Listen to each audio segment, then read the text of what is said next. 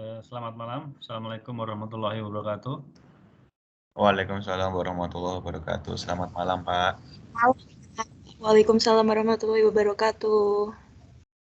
Baiklah, kita mulai kuliah pengganti malam ini ya. Oke. Jadi kemarin kita sudah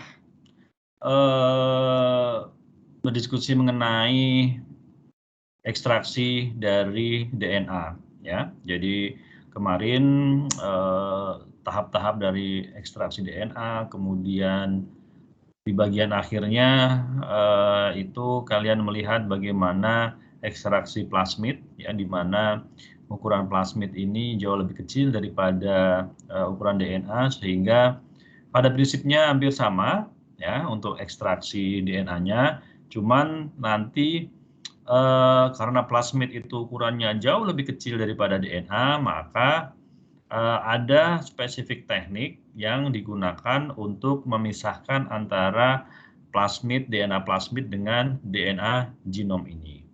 Ya, karena DNA plasmid kan ukurannya paling cuman ribuan base pair, 2000, 3000 seperti itu. Sedangkan genom kan jutaan, bahkan bisa sampai miliaran.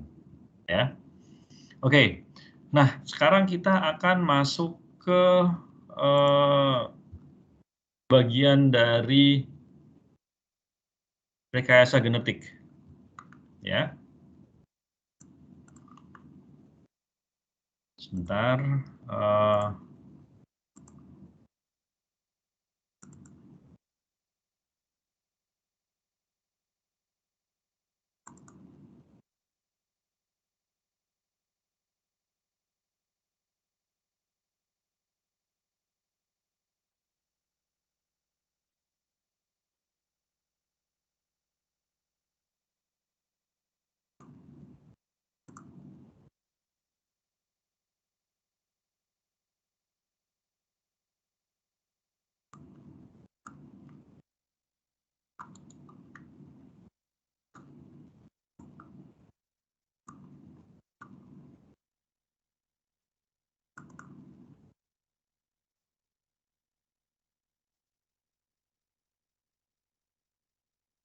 Nggak bisa dilanjutkan.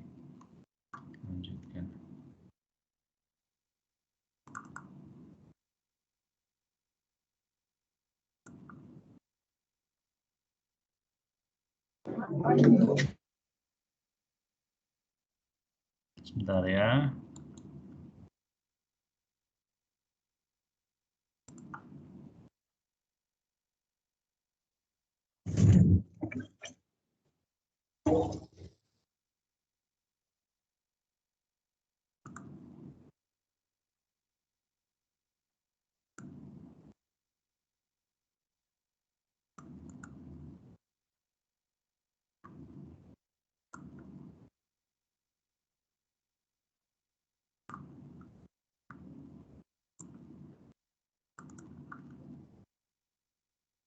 Oke, saya akan share slide.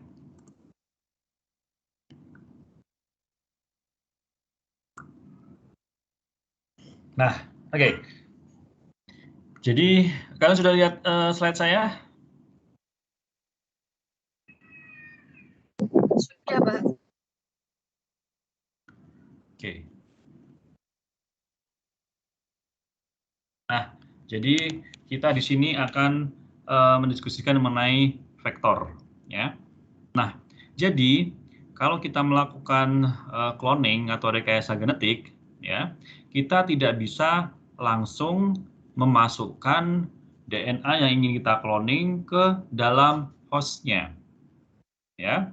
Nah, oleh karena itu, untuk bisa memasukkan DNA yang kita cloning ke dalam host kita, ya, kita harus memasukkannya ke dalam vektor dulu. Jadi vektor di sini adalah semacam kendaraan yang bisa mengangkat DNA kita untuk nanti dimasukkan ke dalam hostnya. Ya, oke. Sebelum kita masuk ke vektor, saya ingin bertanya ke kalian, ada berapa mekanisme atau ada berapa proses pindahnya suatu materi genetik dari satu organisme ke organisme yang lain.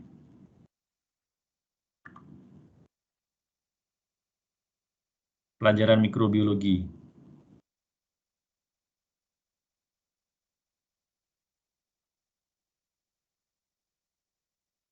Ada yang tahu?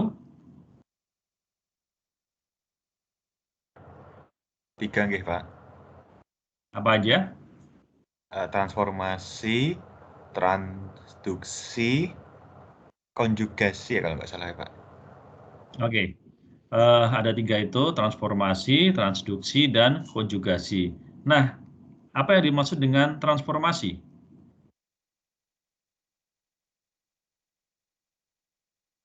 Kemudian apa yang dimaksud dengan transduksi, dan apa yang dimaksud dengan konjugasi.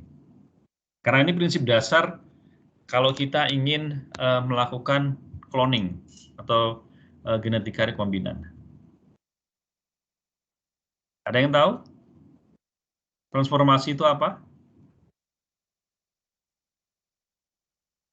Karena nanti proses transformasi ini yang akan sering kalian lakukan kalau kalian melakukan penelitian di bidang cloning. Nah, apa sih yang dimaksud dengan transformasi itu? Pak, Ya, transformasi itu masuknya molekul DNA asing ke sel inang yang mengakibatkan perubahan materi genetik, Pak. oke, ya. Jadi yang dijawab oleh David tadi kurang lebihnya seperti itu. Yang dimaksud dengan transformasi itu adalah masuknya materi genetik atau DNA, ya, ke dalam suatu organisme. Jadi di sini itu sebenarnya ada beberapa mikroorganisme yang memiliki kemampuan alami, terutama pada saat kondisi dia itu lemah, untuk bisa dimasuki DNA asing. Ya. Nah, kemudian contohnya untuk transformasi ini adalah horizontal transfer yang mengakibatkan adanya resisten antibiotik. Ya. Jadi di sini transformasi itu masuknya gen asing dari suatu lingkungan ke dalam suatu host. Ya.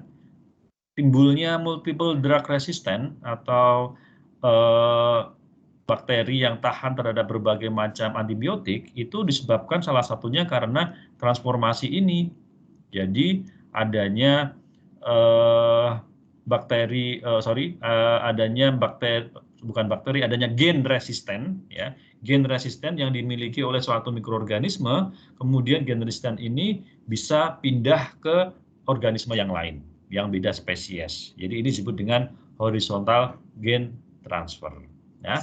Nah, kemudian apa yang dimaksud dengan transduksi?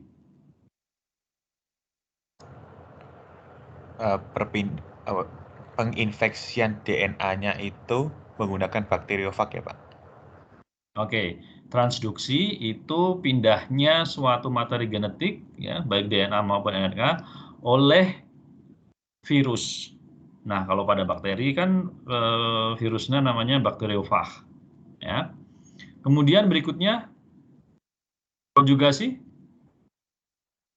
Apa?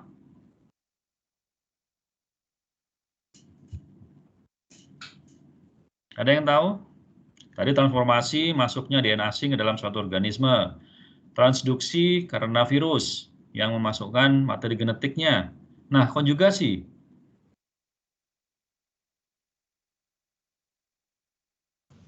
Izin menjawab, Pak.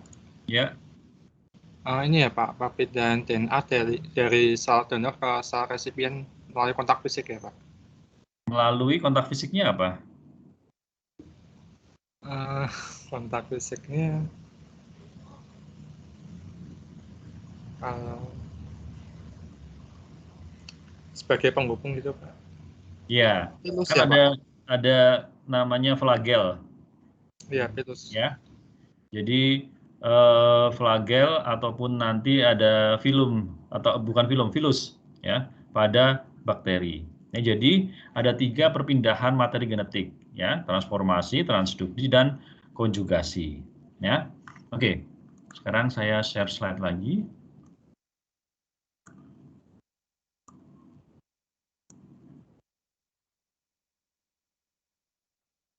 Oke, vektor ya itu merupakan DNA molekul yang digunakan sebagai sarana untuk mentransfer materi genetik asing ke suatu sel.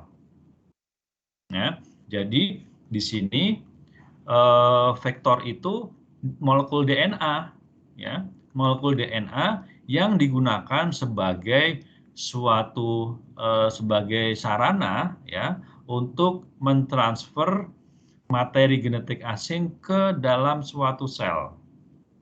Ya, kenapa harus pakai vektor sih? Kenapa tidak langsung seperti transformasi, ya, atau transduksi atau konjugasi? Harus diingat bahwa walaupun transformasi itu hal yang umum, tetapi kejadiannya itu sangat-sangat jarang, ya. Jadi bisa dikatakan 1/1000 kejadian untuk transformasi dari masuknya suatu DNA ke dalam mikroorganisme, ya. Nah, oleh karena itu para saintis menciptakan atau membuat suatu vektor yang meningkatkan probabilitas masuknya DNA asing ke dalam suatu sel. Ya, jadi itu vektor itu molekul DNA. Ya. Nah, syarat dari vektor itu ada 3. Ya. Yang pertama adalah origin of replication, multiple cloning site, dan selectable marker. Ya, jadi 3 syarat ini harus ada pada vektor. Origin of replication, kalian ingat pada proses replikasi DNA, fungsi dari origin of replication ini apa?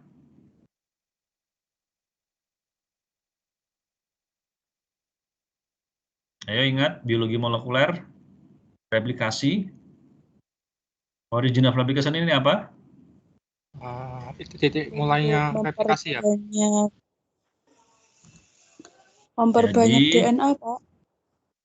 ya, memperbanyak DNA, tapi di sini origin of replication itu merupakan site atau daerah di mana replikasi atau DNA sintesis itu dimulai. Ya, dan ingat bahwa prokariot itu genomnya adalah sirkuler, ya, sehingga kalau sirkuler itu ada 1 titik untuk origin of replication-nya, ya. Jadi origin of replication di sini adalah sekuen tertentu pada genom yang menjadi titik awal replikasi DNA. Nah, jadi nanti kita harapkan pada saat kita sudah memasukkan DNA asing kita ke dalam vektor, ya, kemudian vektor ini bisa masuk ke dalam hostnya. Nah, di dalam hostnya, vektor ini bisa memperbanyak diri sendiri, ya. Jadi dia bisa memperbanyak diri sendiri. Ingat bahwa vektor ini dia bisa memiliki kemampuan autonomus. Jadi replikasi DNA-nya terpisah dengan replikasi dari genomnya, ya. Jadi terpisah. Ya. Oke, itu origin of replication. Nah, berikutnya multiple cloning site. Ya, multiple cloning site. Multiple cloning site ini merupakan disebut juga polylinker, ya. Jadi multiple cloning site atau polylinker ini adalah segmen pendek yang ada di dalam vektor tersebut yang mengandung banyak restriction site. Ya. Jadi di dalam multiple cloning site ini isinya cuman restriction site tok. Karena nanti di situ kita akan menggunakan resistant enzyme yang akan kita gunakan untuk memotong-motong DNA kita. Ya. Kemudian berikutnya adalah selectable marker. Ya, jadi selectable marker ini merupakan suatu sifat atau suatu gen yang dimasukkan ke dalam plasmid atau ke dalam vektor.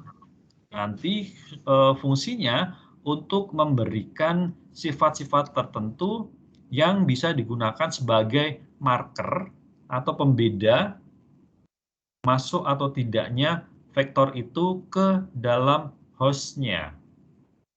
Ya, jadi selectable marker itu sifat buatan. Sifat buatan di sini umumnya adalah antibiotik, ya, resisten antibiotik, atau dia mengandung metabolisme tertentu.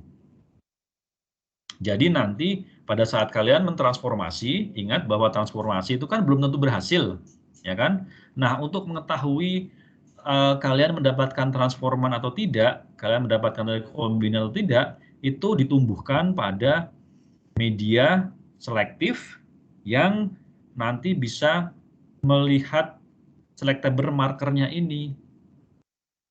Seperti itu. Jadi misalkan pada plasmid, vektornya contohnya plasmid ya, kemudian selectable-nya gen resisten antibakteri ampicillin. Ya. Nah, apabila kita melakukan cloning ya, memasukkan gen ke dalam vektor kita, kemudian vektornya kita masukkan ke dalam bakteri ya, untuk memisahkan, untuk menyeleksi bakteri mana yang sudah dimasuki dengan vektor, ya kita akan membuat media yang mengandung antibiotik ampicillin. Jadi, mikroorganisme yang bisa tumbuh pada media yang mengandung ampicillin berarti dia mengandung vektornya. Kenapa? Karena di vektornya itu ada gen resisten antibakteri. Seperti itu. Oke. Jadi ketiga sifat ini, ketiga karakter ini, origin of replication, multiple cloning site, dan selectable marker harus dimiliki, wajib ya, hukumnya wajib dimiliki oleh suatu vektor. Ya. Oke. Sebelum beranjak, ada pertanyaan dulu mengenai ketiga sifat ini?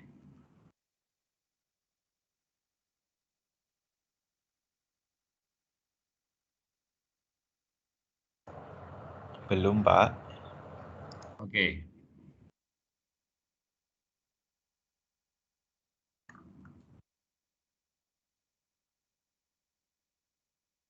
Jadi gini, ya. Kalian ingin melakukan suatu cloning gen tertentu, ya. Kemudian di sini contohnya adalah vektornya plasmid. Ya, jadi DNA fragmennya itu dipotong dengan endonuklease atau resistant enzim. Ini juga dipotong dengan resistant enzim. Nah, kemudian kalian mendapatkan rekombinan vektor. Ya. Nah, rekombinan vektor ini kemudian ditransformasikan ke dalam bakteri. Ya. Setelah dimasukkan di dalam bakteri, maka bakterinya mengandung vektor rekombinan ini. Ya. Nah, kemudian bakterinya akan mengalami cell division, ya, menghasilkan banyak. Nah, ini nanti kemudian yang akan kita seleksi.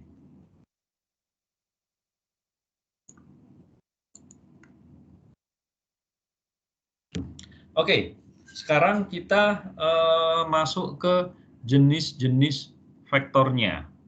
Ya. Yang pertama adalah plasmid, kemudian bakteriofag, plasmid, dan artificial kromosom. Yang paling sering digunakan itu adalah plasmid. Oke, kembali ke kuliah mikrobiologi. Apa itu plasmid?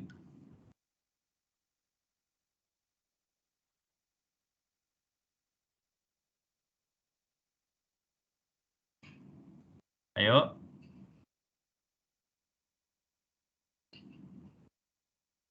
Apa itu plasmid? Masa kalian lupa? Izin menjawab, Pak. Yuk. Kalau nggak salah ini ya, Pak, molekul asam deoksiribonukleat lingkar yang bereplikasi secara independen dari kromosom bakteri. Hampir benar. Ada yang bisa menambahkan supaya benar?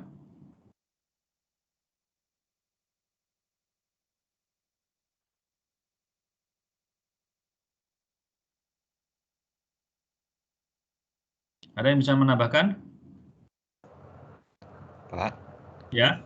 izin menambah mungkin plasmid itu DNA ekstrakromosomal yang dapat bereplikasi secara autonomos. Mungkin. Oke. Ya, jadi Raffi jawabannya itu melengkapi jawaban dari David tadi. Jadi plasmid itu adalah DNA ekstrakromosomal yang bisa bereplikasi secara autonomus. Autonomus artinya apa? Artinya autonomus dia replikasinya terpisah dari replikasi genom DNA. Ya, jadi dia terpisah, terlepas. Ya, dia bisa mandiri. Ya, jadi itu yang disebut dengan plasmid. Ya, oke.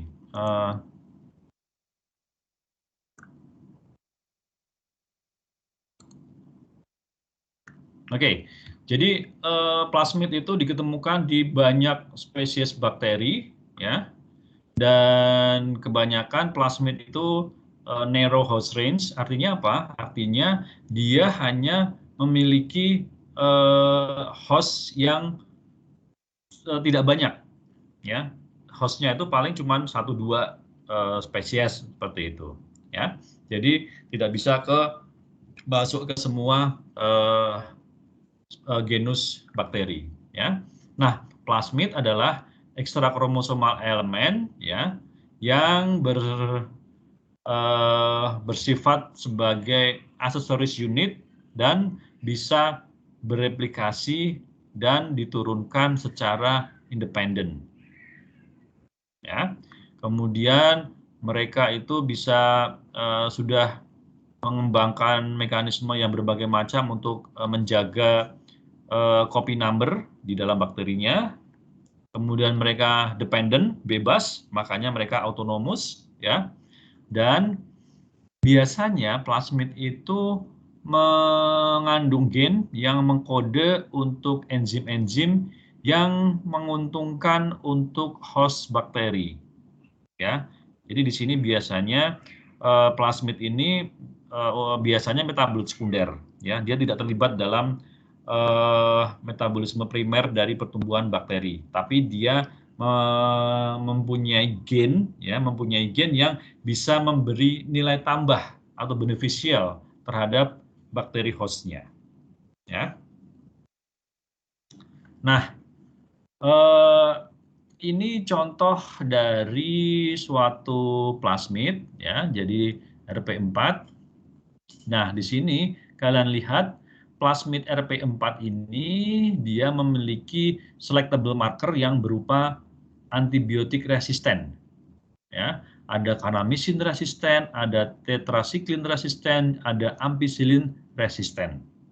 Ya, sehingga apabila plasmid ini kita masukkan ke dalam sel E. coli, ya, maka nanti apabila kita tumbuhkan pada media yang mengandung antibiotik-antibiotik ini, maka hanya host-host yang mengandung plasmid ini yang bisa tumbuh, ya.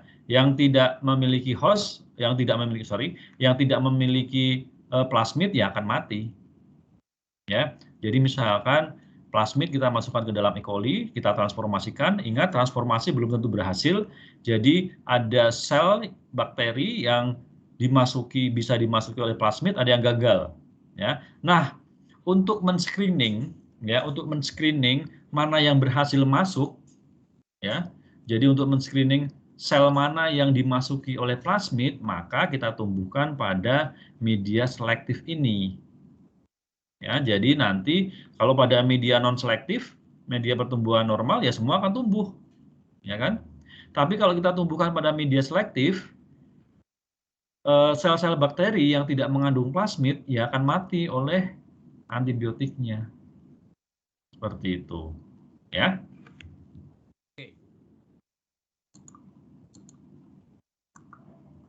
Nah, jadi di sini plasmid itu double stranded, circular, self-replicating, extra chromosomal DNA molekul. Ya, jadi ini misalkan genom bakteri, kromosomnya, nah ada plasmid-plasmidnya banyak. Ya, tapi ingat bahwa tidak semua bakteri itu mengandung plasmid, tapi banyak yang memiliki. Ya. Oke, ini pada pelajaran mikrobiologi. Nah, di dalam nanti kalian akan mengenal dengan replikon, ya. Jadi replikon di sini adalah suatu unit genetik yang mengandung origin of replication, ya, dan elemen-elemen yang mengontrolnya. Ya, nah di sini plasmid ini disebut juga plasmid replikon, ya, merupakan smallest piece of plasmid DNA atau DNA plasmid yang paling kecil yang mampu bereplikasi secara autonomus dan mempertahankan jumlah copy number-nya di host cell-nya. Ya. Nah, ada berbagai macam klasifikasi dari plasmid, fertility atau F plasmid, ya. Jadi untuk proses konjugasi tadi bisa menggunakan F plasmid, resisten plasmid yang mengandung resisten antibakteri, ya. Col plasmid, colikun, protein yang bisa membunuh bakteri yang lain. Degradated plasmid itu bisa memetabolisme molekul-molekul tertentu. Kemudian virulent plasmid yang memberi patogenitas, contohnya Agrobacterium tumefaciens yang digunakan untuk cloning pada tanaman. Ya, jadi ini jenis-jenis dari plasmid. Nah, ini yang penting, ya. Jadi kenapa plasmid itu yang paling sering digunakan untuk cloning? Ya, yang pertama adalah small size. Ukuran plasmid itu sangat kecil, hanya 3.000, 6.000 base pair. Ya. Kemudian dia bisa autonomous tadi, ya, independent origin of replication. Jadi bisa melakukan replikasi secara mandiri. Multiple copy number. Jadi dia bisa berjumlah banyak di dalam host cell, ya. Kemudian mengandung selectable marker. Ya. Nah, fungsinya plasmid untuk cloning itu bisa untuk plasmid multiply, jadi untuk membuat banyak kopi. Kemudian juga ada plasmid untuk ekspresi, ya, jadi untuk mengekspresikan gen-gen tertentu. Nah, ini sebenarnya hampir sama dengan yang di atas, jadi untuk membuat sejumlah besar protein. Ya. Nah, akan tetapi plasmid ini hanya bisa membawa DNA sepanjang maksimal 10.000 kilo base pair. Ya. Tapi biasanya kalau kalian ingin mengkloning 1 atau 2 gen itu sangat cukup, ya, karena gen itu ukurannya kan paling besar itu satu gen, ya, sekitar 1000-an, 2000-an lah. Ya, jarang sekali gen yang panjangnya itu di atas 5.000 base pair, jarang sekali. Biasanya ratusan atau 1000-an sekian. Nah, itu rata-rata gennya. Ya, jadi biasanya kalau kalian melakukan cloning itu menggunakan plasmid.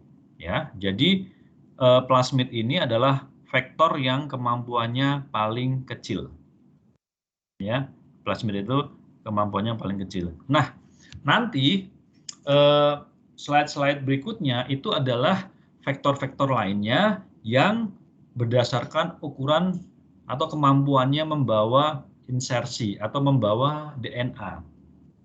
Jadi ibaratnya plasmid itu semacam kalau motor itu kalian lihat ada motor yang rodanya 3 itu ya. Itu kan yang paling kecil biasanya untuk angkutan untuk angkut barang-barang itu ya. Jadi itu yang biasanya paling kecil kan. Jadi bisa diibaratkan itu nanti plasmidnya ya. Kemudian setelah itu nanti ada colt ya yang pickup. Kemudian nanti ada truk ya, kemudian ada tronton seperti itu. Jadi ibaratnya vektor-vektor yang ada atau klasifikasi vektor itu berdasarkan kemampuannya untuk mengangkut DNA insersinya. Seperti itu. Oke, jadi ini adalah map dari suatu plasmid. Ya. Jadi ini adalah contoh dari plasmid yang namanya PUC 18 dan PUC 19. Ya. Oke, kalian lihat. Dia ukurannya cuman tidak sampai 3000 base pair. Ya. Tidak sampai 3000 base pair. Kemudian di sini multiple cloning site-nya. Ya. Di sini multiple cloning site-nya. Tadi multiple cloning site fungsinya buat apa? Multiple cloning site isinya apa tadi?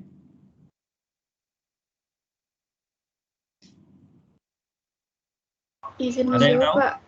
Segmen pendek yang banyak mengandung restriction sites. Iya. Jadi MCS ini merupakan daerah yang banyak mengandung restriction site. Ya. Nah, nanti kalian memasukkan DNA kalian yang ingin dikloning itu di MCS ini. Tidak boleh di tempat yang lain. Khusus. Jadi memang khusus di sini MCS ini untuk memasukkan atau untuk menginsersikan DNA asing kalian. Ya. Nah, kemudian ini ampicillin resisten. Jadi ini gen yang bisa ini gen yang mengkode resisten ampicillin. Ya. Kemudian ini jadi selectable markernya. Nah, LAC-Z itu juga fungsinya untuk selectable marker. Ya. Nah, kemudian di sini origin of replication-nya. Ya. Nah, kalian lihat pada MCS bagian MCS ini perbedaan antara PUC 18 dan PUC 19 itu semuanya sama, ya, semuanya sama kecuali MCS-nya. Tadi disebutkan bahwa MCS multiple cloning site itu isinya restriction site. Nah, di sini kalian lihat di bagian bawah ini. Jadi perbedaan antara PUC 18 dan PUC 19 itu adalah isi dari multiple cloning site-nya. Ya. Jadi di sini kalian lihat bahwa multiple cloning site isinya itu restriction enzyme. Ada HindD3, PA1, SDA1, dan lain sebagainya. Ini artinya apa? Ini artinya kalian bisa memotong sequence DNA yang ingin kalian cloning dengan enzim-enzim yang ada di sini. Ya. Jadi kalau PUC 18 itu kandungannya ini. Jadi ini yang bisa kalian gunakan. Kalau PUC 19 isinya ini. Nah, ini yang bisa kalian gunakan restriction enzimnya. Jadi enzim-enzim restriksi di sini yang bisa digunakan untuk memotong DNA kalian, DNA yang mau dikloning, ya. Nah, kalian lihat di sini. Di sini juga banyak restriction enzyme. Ya, banyak restriction enzyme di sini. Ini ukurannya ya. Jadi ini ukurannya. Ini 146 itu maksudnya 146 base pair, kemudian 236. Jadi urutannya ini 800. Jadi kita bisa tahu letaknya secara pasti. Ya. Nah, enzim-enzim restriksi yang berada di luar restriction, yang berada di luar MCS itu yang tidak boleh kalian gunakan. Jadi misalkan kalian ingin mencloning gen, ya, kalian harus memotong gen tersebut dengan enzim restriksi yang ada di MCS-nya. Tidak boleh yang berada di luar MCS. Kenapa?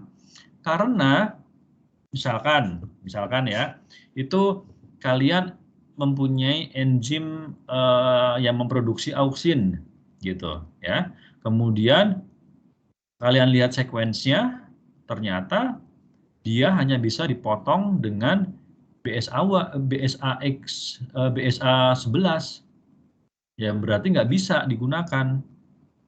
Ya, kenapa? Karena kalau nanti enzimnya, gennya dipotong dengan BSA11, ini akan memotong di sini dan akan merusak plasmidnya.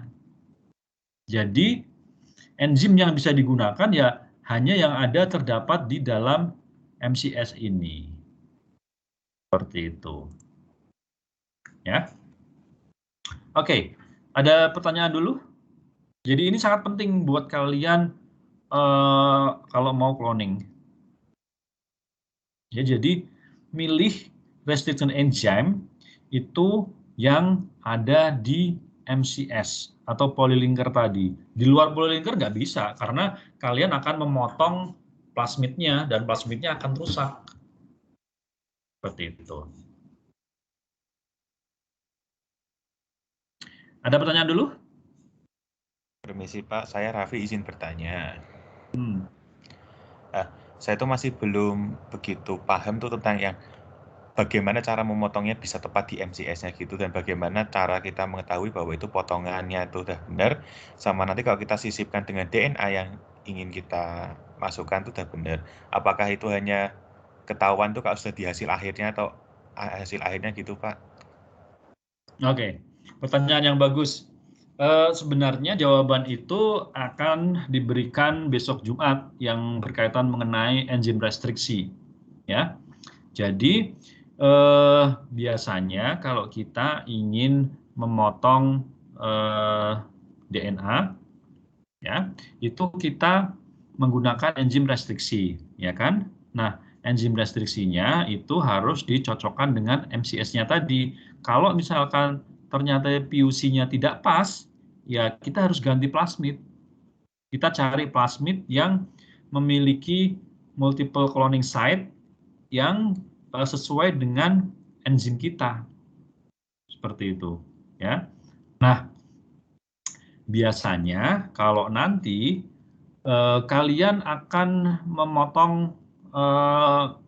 memotong gennya dulu. Nah, bagaimana kalian bisa mengetahui bahwa pemotongan itu sudah sesuai atau belum? Ya dilakukan, dicek dengan gel electrophoresis. Ya, dilakukan dengan gel electrophoresis. Kalian lihat, kalian tahu bahwa plasmid tadi sirkuler, ya kan? Nah, kalau nanti dipotong pada MCS-nya, maka dia akan linier, ya kan? Nah, itu yang digunakan untuk mengetahui apakah plasmidnya sudah terpotong atau belum, ya, dengan gel electrophoresis. Demikian juga dengan gen yang kalian potong dengan enzim restriksinya. Ya, jadi nanti biasanya ya kalian akan membuat primer, ya. Nah, di dalam primernya itu sudah terdapat restriction enzyme. Kita tambahin sendiri. ya, sehingga nanti pada saat kita ingin memperbanyak gen kita dengan PCR, ya, setelah kita PCR, nanti hasil dari PCR tersebut kita potong dengan gen yang sudah tadi kita masukkan. Itu masih bingung ya? Iya Pak, masih bingung Pak. Oke, saya sebentar saya cariin ya. Saya cariin contohnya.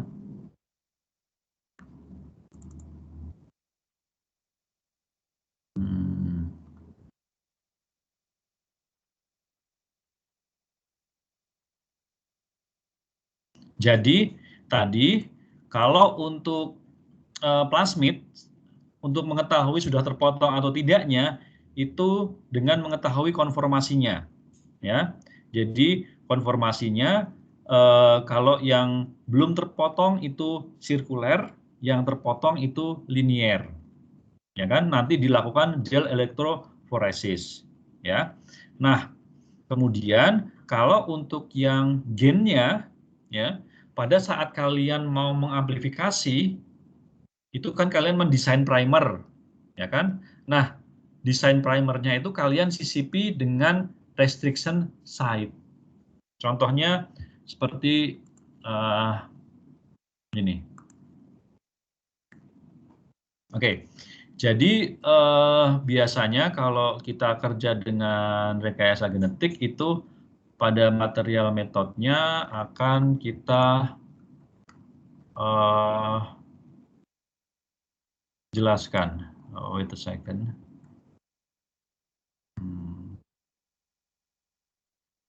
Oke, coba ke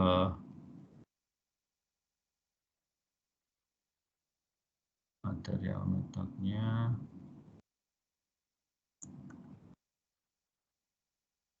Nah, ini ya. Oke.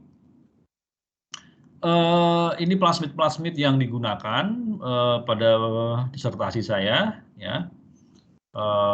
Plasmid yang digunakan.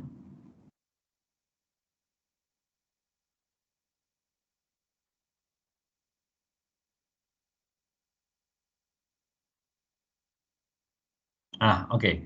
Jadi ini, ya. Ini merupakan primer yang saya desain untuk mengamplifikasi atau untuk melakukan PCR pada gen USFAW, ya, pada gen USFAW. Ini gennya, ya. Nah, kalian lihat pada primer ini, ya, ini down, ini up. Pada primer ini saya sisipi dengan Eco 91i.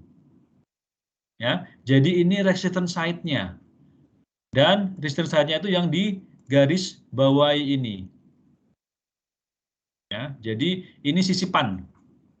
Nah, pada primer forward-nya, ya, pada forward-nya itu saya sisipi dengan resistance site dari SAC2, ya, di sini. Oke, ya. Nah, jadi nanti setelah gen USFAW-nya saya amplifikasi, kemudian akan saya potong dengan kedua gen ini. Ya. Nah, plasmidnya juga akan saya potong dengan kedua gen ini, sehingga nanti bisa saling komplement untuk sticky end-nya. Seperti itu ya. Jadi ini untuk ini digunakan untuk gennya, ya. Ini USFAW ya. Kita lihat gen USFAW.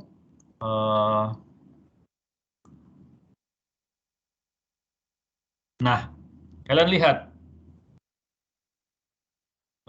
Ini gen USFAW. Ini gennya sepanjang 825. Ini tadi primernya yang sudah disisipi dengan Eco 91 dan SAC2, ya kan? Nah, kalian lihat di sini pada plasmidnya juga saya potong dengan gen SAC-Y dan ECO 9. Jadi di sini dipotong dengan SAC-2, yang di sini dipotong dengan ECO 9. Kemudian nanti kita masukkan. Seperti itu. Ya, jadi kurang lebihnya seperti itu. Jadi kita harus menggunakan memotongnya, kemudian kita cek lagi dengan gel elektroforesis, kemudian nanti setelah kita bikin rekombinan, ya kita cek lagi dengan gel elektroforesis. Ada peningkatannya atau tidak? Seperti itu. Oke, saya beri contoh lagi. Ya, jadi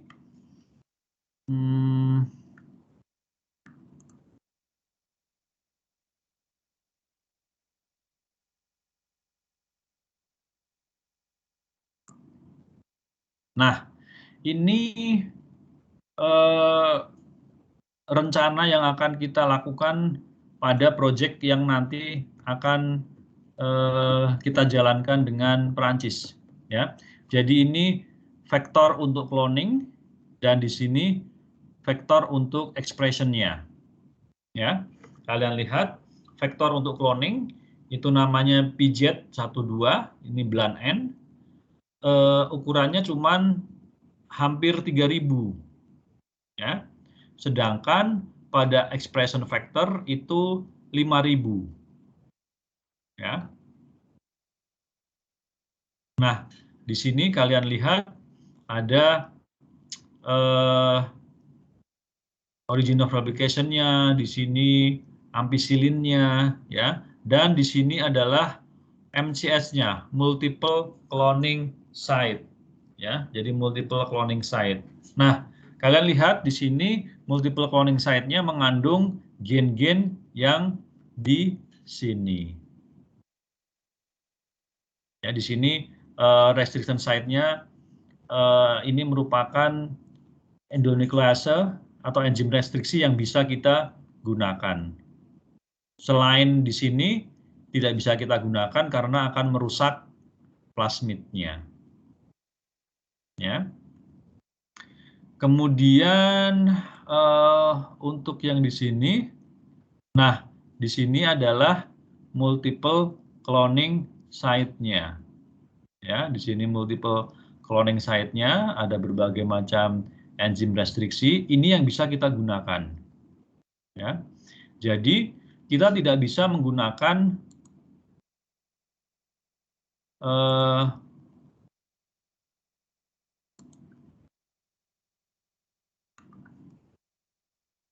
kita tidak bisa menggunakan enzim restriksi yang berada di luar MCS ini.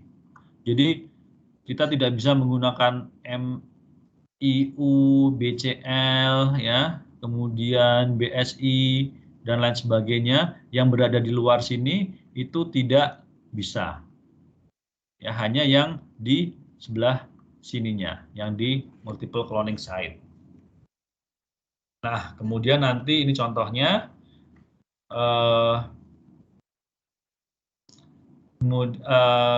taruh kata kita punya gennya yang kita potong dengan XO1 dan XBA1, ya. Kemudian kita ligasi ke dalam vektor cloningnya tadi, ya. Nah, apabila ini 1000, ya, kemudian cloning plasmidnya itu 3000-an, maka kalau terjadi ligase, nah, maka nanti plasmidnya berjumlah 4000, ya, 3000 plus 1000. Kemudian kita transformasikan ke dalam E. coli competent cell, ya. Kemudian kita screening pada media yang mengandung ampicillin, kemudian plasmid extraction.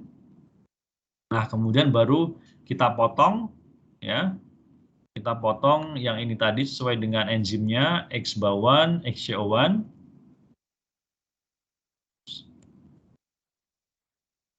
Nah, ini nanti akan kita dapatkan gen dari ini tadi. Ya, di sini 4.000. Karena 4.000 karena 3.000 ditambah dengan 1.000. Seperti itu. Oke, bisa dipahami semuanya? Apa masih bingung?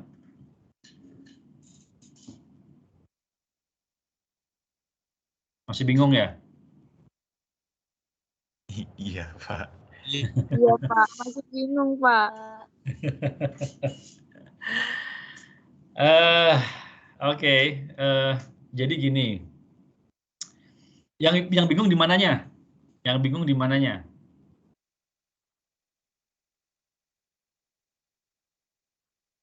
Jadi, kalau kalian ingin melakukan cloning, plasmidnya dan gennya harus dipotong dengan enzim restriksi yang sama. Oke?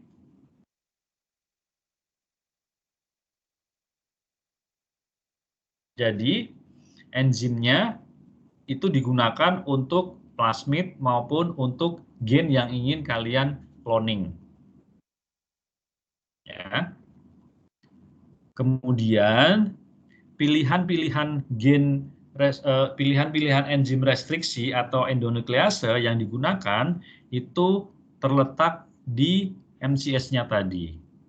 Di luar MCS tidak bisa digunakan karena akan merusak plasmidnya. Ya. Oke, sekarang di situ sudah bisa dipahami? Sudah, Pak. Nah, Iya, Pak. kemudian nanti tadi kan si Raffi tanya nih, bagaimana sih membedakan yang sudah kepotong dengan yang enggak? Ya tadi dengan menggunakan gel electrophoresis. Jadi kalau kita melakukan cloning itu alat atau media untuk mengetahuinya, media untuk mengkonfirmasi itu adalah dengan gel electrophoresis. Misalkan kita motong plasmid dari sirkuler menjadi linier, ya kan? Nah, kita konfirmasi dengan gel electrophoresis, ya. Kita PCR, ya. PCR berhasil atau tidaknya dengan apa? Gel electrophoresis lagi, ya. Kemudian nanti tadi kita memasukkan gen ke dalam plasmidnya, ya. Berhasil atau tidaknya gimana? Dengan konfirmasi gel electrophoresis tadi. Kalau plasmidnya tadi 3.000, ya, kemudian dimasuki gennya yang 1.000, jadi totalnya kan 4.000, ya kan? Nah, ini nanti yang kita konfirmasi selalu dengan gel electrophoresis, ya. Jadi memang kerja di cloning itu harus runtut, Kalau kalian tidak runtut, itu nggak akan bisa berhasil. Ya. Kenapa? Ya karena kalau ada kesalahan, kalian tidak bisa melacak salahnya itu di mana. Seperti itu. Ya. Oke.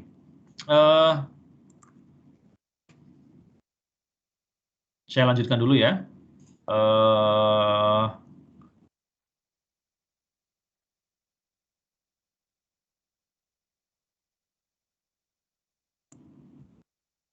Oke, jadi ini tadi plasmid yang paling kecil ya. Di sini MCS-nya bedanya PUC 1819 itu adalah pada multiple cloning site-nya. Kalian lihat nih loh.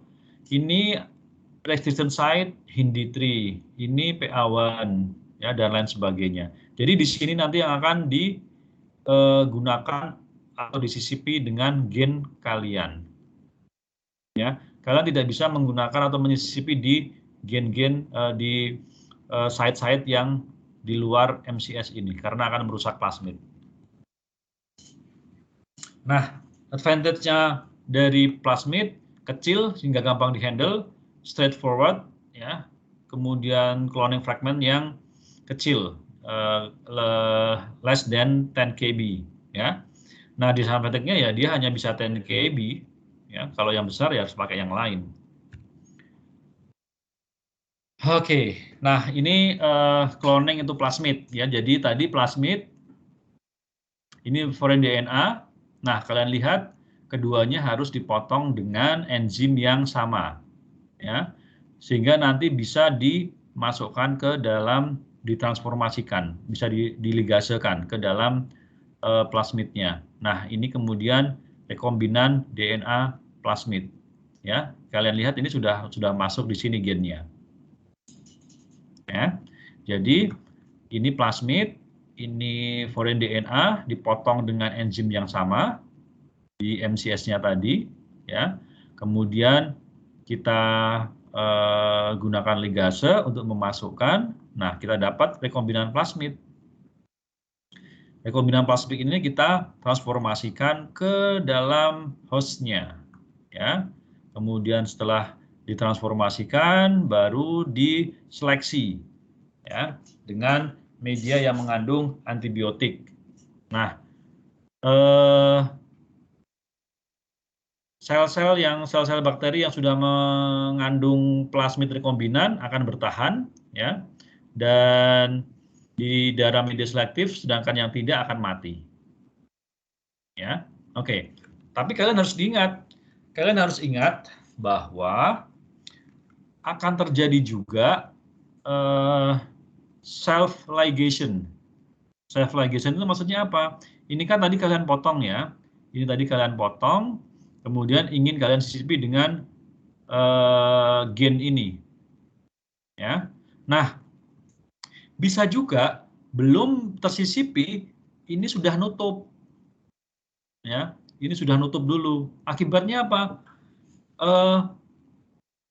Sel-sel bakteri yang menerima menerima plasmid yang self ligation, ya, itu bisa tumbuh, tapi dia tidak mengandung DNA yang kalian inginkan, gitu. Jadi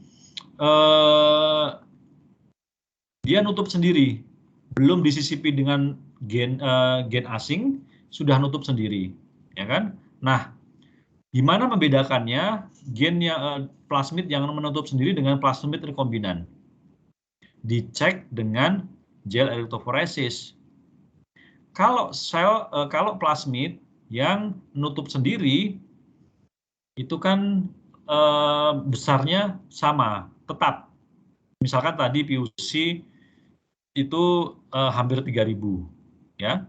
Jadi nanti kalau di gel electrophoresis ya 3.000, tapi plasmid yang rekombinan yang sudah disisipi itu tadi jumlahnya besarnya kan 4.000. Jadi nanti bisa kelihatan mana mana bakteri yang mengandung plasmid rekombinan, mana yang mengandung plasmid yang self ligated. Seperti itu, ada jaraknya 1.000 base pair. Karena 1.000 base pair ini adalah gennya. Seperti itu, ya. Oke, bakteriofag perbedaannya hanya ukurannya sebenarnya, ya. Jadi kalau bakteriofag di sini hampir sama seperti ini juga, mengandung origin of replication, multiple cloning site, dan selectable marker. Bedanya dia DNA yang bisa diangkut itu 10 sampai 23 kilo base pair. Ya. 10 sampai 23 kilo base pair. Ini tadi bakteriofag. Nah, nanti ada cosmid. Cosmid itu singkatan dari cosite dari bakteriofag dan plasmid. Jadi ini gabungan antara plasmid dan bakteriofag. Ya. Nah, bedanya apa? Ya, tadi jumlahnya aja. Kalau cosmid di sini 32 sampai 47 kilo base pair. Ya, jadi semakin besar lagi. Jadi ibaratnya ini itu adalah truk. Kalau yang plasmid tadi itu yang roda 3 yang ada baknya itu, kemudian kalau bakteriofag itu pickup, ya, ini truk, ya. Nah, kemudian artificial chromosome ini yang paling besar sampai 3.300 kilo base pair, ya, untuk bakteri bacterial artificial chromosome. Kemudian yeast ini sampai 3000, kalau tadi 300 kilobase per 3000 ya. Ini ibaratnya tronton ya. Jadi semakin besar. Seperti itu ya. Jadi itu aja sih yang membedakan. Nanti untuk lebih detailnya kalian baca sendiri slide-nya ya. Nah, ada satu hal yang menarik yang saya baca hari ini tadi ya. Hari ini tadi itu bahwa sudah disetujui penggunaan dari gene silencing untuk treatment. Ya, jadi gene silencing ini juga digunakan melalui rekayasa genetik. Ya, jadi wait a second. Oke, jadi ini berita yang saya baca hari ini, gene silencing. Ini termasuk dalam gene therapy, ya. Jadi ini digunakan untuk yang menderita kolesterol yang tinggi, ya. Jadi di sini gene silencing itu fungsinya adalah untuk, sesuai dengan namanya, gene silencing itu untuk membungkam atau untuk merusak protein yang dihasilkan oleh suatu gen. Ya.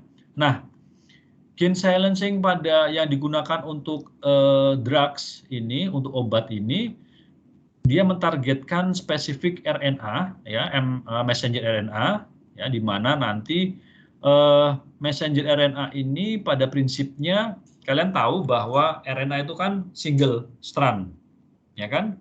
Nah, gene silencing ini itu akan mengganggu proses transkripsi dengan membentuk mikro RNA. Jadi mikro RNA di sini fungsinya itu small interfering RNA, SIR RNA, ya, S1 RNA. Jadi di sini itu kalian tahu bahwa kembali ke prinsip dasar biologi molekuler, RNA, ya, messenger RNA, nanti kan proses translasi, dia akan menjadi protein, ya kan?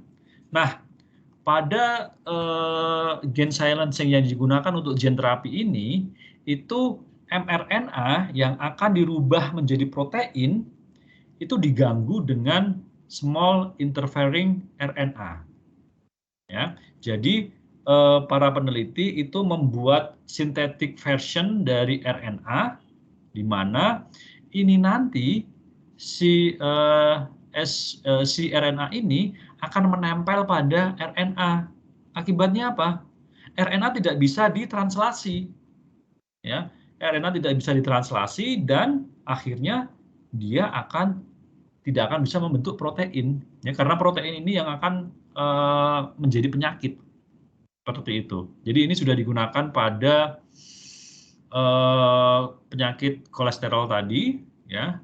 Kemudian nanti digunakan untuk genetic blood disorder, ya, genetic blindness, kemudian spinal muscular atrophy dan lain sebagainya. Jadi kalian lihat bahwa sekarang gene terapi itu sudah mulai disetujui, ya. Ya, lagi-lagi Pfizer, Moderna itu high-tech farm yang mereka selalu berkembang dengan luar biasa, ya, karena modalnya banyak.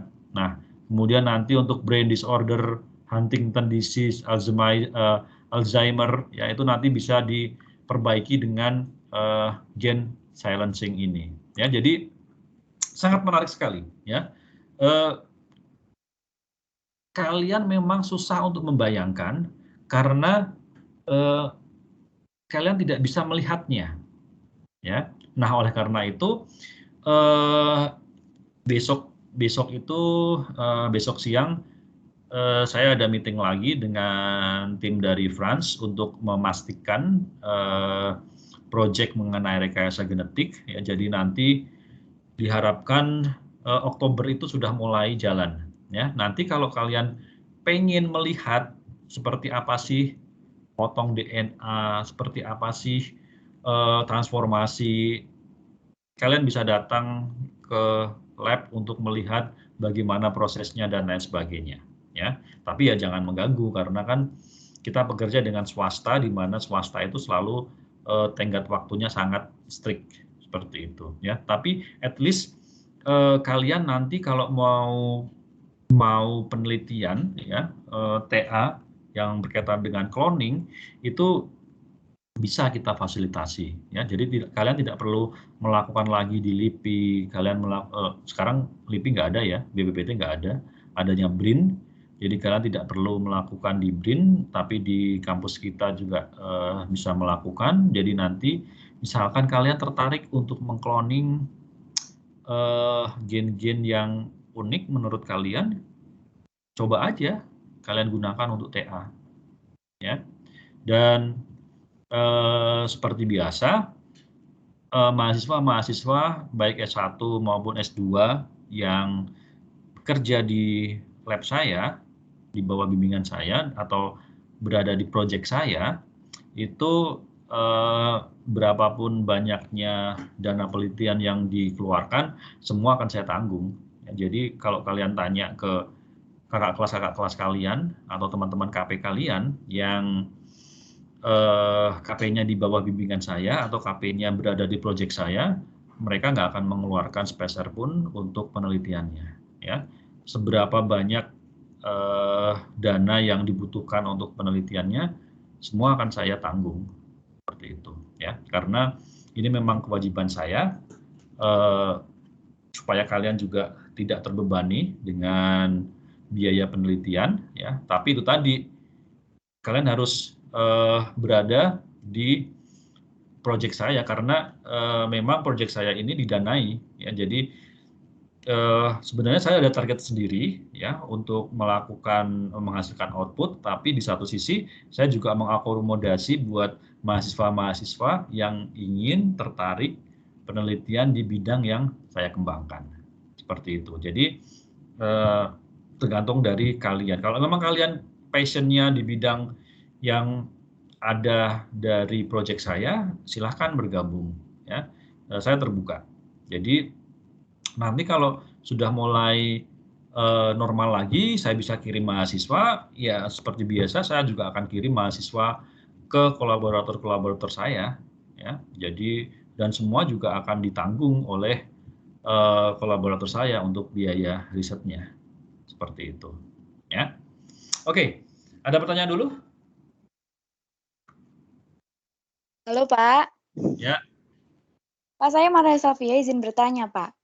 Oke, silakan. Mengenai plasmid tadi, itu tadi pas penyisipannya ke plasmid, itu kan di daerah MCS tadi ya Pak. Nah, itu kan di daerah situ tuh dipotong. Nah, itu apakah cuma dipotong terus disisipin di daerah situ, atau bisa enzim-enzim yang di MCS itu diambil kemudian dibuang kemudian disisipin kayak gitu, apa bisa, atau justru nggak boleh dibuang Pak? Terima kasih Pak. Ya, oke, pertanyaan yang bagus. Jadi gini, saya share slide aja ya supaya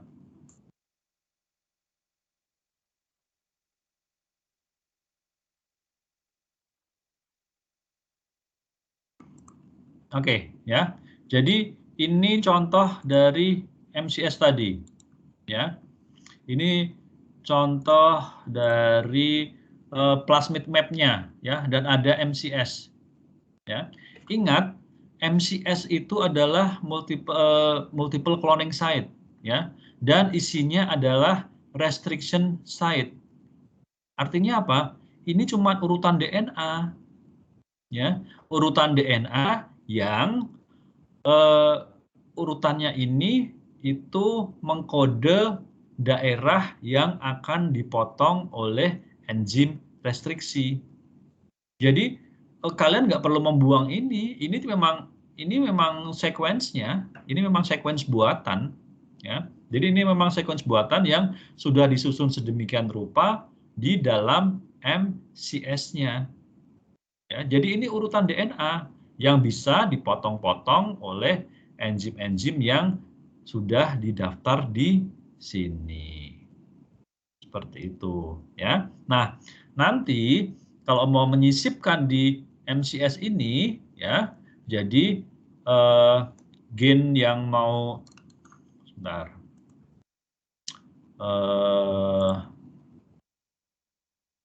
Oke, jadi yang ini tadi, ya, yang mau kita masukkan ke dalam plasmid itu harus digunakan ligase, ya, digunakan ligase supaya bisa masuk, gitu. Karena kan tadi dipotong nih, ya, dipotong di plasmidnya, dipotong XO1 dengan XBL1 juga, di sini juga dipotong. Nah, makanya digunakan ligase untuk nyambungnya di situ, gitu. Oke, bisa dipahami ya? Baik Pak, bisa Pak. Terima kasih Pak. Oke. Ada pertanyaan yang lain? Halo Pak, izin bertanya Ya. Pak. Oke. Ini Pak, yang tadi itu yang perbedaan MCS PUC 18 sama 19 itu pengaruhnya apa ya Pak, ke genetik atau ke plasmidnya dan mungkin ke proses cloningnya Pak? Nggak ada pengaruhnya apa-apa. Itu cuman sekuensinya aja yang berbeda. Sekuensinya mengandung enzim, sekuensinya tadi MCS-nya mengandung urutan-urutan atau restriction site yang berbeda-beda aja, sehingga kita bisa menggunakan tergantung dari enzim yang mau kita pakai. Ya, sama aja, keduanya sama. Bedanya kan cuma restriction site-nya aja. Jadi enzim yang mau kita pakai aja yang berbeda. Gitu, ya. Baik Pak, terima kasih. Oke, ada pertanyaan yang lain?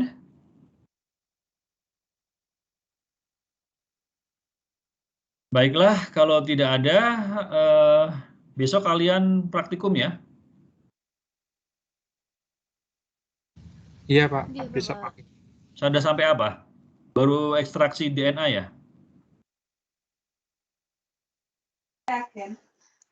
Baru pengenalan alat Pak kemarin Pak.